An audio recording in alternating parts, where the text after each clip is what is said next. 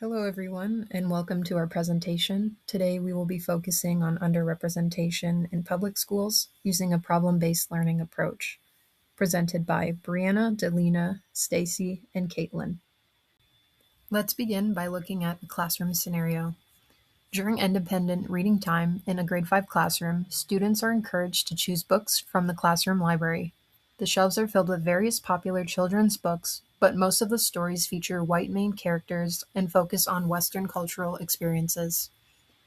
As students browse the bookshelves, Maya, a black student, and Noah, an indigenous student, begin looking for stories that reflect their identities and cultural backgrounds. However, they quickly notice that few books represent black or indigenous characters, families, or cultural experiences. Maya and Noah's experience highlights a common issue in schools: the underrepresentation of marginalized students in classroom materials. While many of their classmates easily find books they relate to, Maya and Noah struggle to find stories that reflect their experiences. The teacher, without intending to exclude anyone, tends to highlight books from the dominant culture and recommend titles considered popular or safe, unintentionally overlooking stories that reflect diverse experiences. Over time, Maya and Noah appear less engaged during independent reading and have difficulty finding books that capture their interest. This reflects a broader problem. Classroom materials and teaching practices often center dominant perspectives, leaving marginalized students underrepresented. As McIntosh explains, systems often provide unearned advantages to dominant groups, centering the experiences and perspectives. In schools, this structural privilege shapes which stories are highlighted or recommended, meaning that students' cultural and religious identities, like those of Maya and Noah, are often overlooked. This lack of representation affects engagement, reduces their sense of belonging, and contributes to unequal learning experiences. Let's now look at the larger context that allows underrepresentation to continue in schools. Underrepresentation in the public school setting is multifaceted, and it permeates every aspect of the school system. This is because the education system was created with a colonial mindset.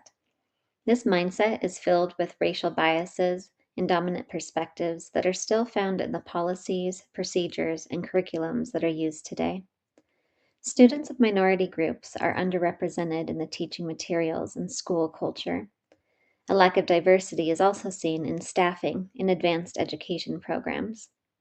A report from 2014 said that racial minorities made up only 9% of Ontario's elementary educators.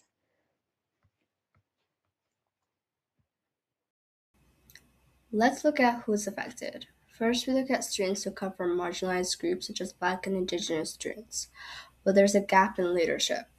In some regions, while only 16% of students are white, 70% of the staff are white. This demographic mismatch means students of color rarely see their own identities reflected within their mentors. For Indigenous students, this underrepresentation is built into the curriculum itself. When we use terms like pioneer instead of settler, we're effectively erasing their lived history and replacing it with colonial narratives that exclude their identity. Underrepresentation also shows up as a lack of resources. Students from low-income backgrounds are often unseen by systems like education that are designed for the middle class. They lack resources like books, which results in lower literacy skills than their peers before they even start school. We also see a lack of representation for students with disabilities. Our current exclusionary systems are built for a narrow set of traditional abilities, instead of considering how we all have diverse ways of learning. LGBTQ and non-binary students continue to struggle for basic acceptance in environments where identity-affirming language or neutral pronouns aren't used. These students are effectively told that their identity isn't valid in the classroom. As Selena explained, many students are affected by underrepresentation in schools. In our scenario, Maya and Noah struggled to find books in the classroom library that reflected their identities and experiences. To combat this, one way educators can address this is to diversify the books and authors included in classroom libraries. By including stories from different cultural and social perspectives, we can help ensure more students see themselves represented. Educators should also recognize students as intersecting identities. As Eager 2019 explains, identities such as race, gender, socioeconomic status, and ability can overlap and shape students' experiences in school. When we capture these intricacies and reflect them in our learning materials, students can feel better seen. Finally, educators should reflect on how privilege can influence which perspectives are prioritized in all kinds of school materials. McIntosh 1989 explains that dominant groups are often centered in these materials. By intentionally including diverse voices, teachers can create classroom libraries where all students feel represented and valued while challenging these stereotypical prioritizations. Ultimately, underrepresentation in schools affects students' engagement, sense of belonging, and learning experiences. In our scenario, Maya and Noah struggled to find books that reflected their identities and cultural backgrounds. By diversifying classroom libraries, recognizing students' intersecting identities, and reflecting on how privilege shapes which perspectives are prioritized, their teacher could create a more inclusive environment where students see themselves reflected in the stories they read.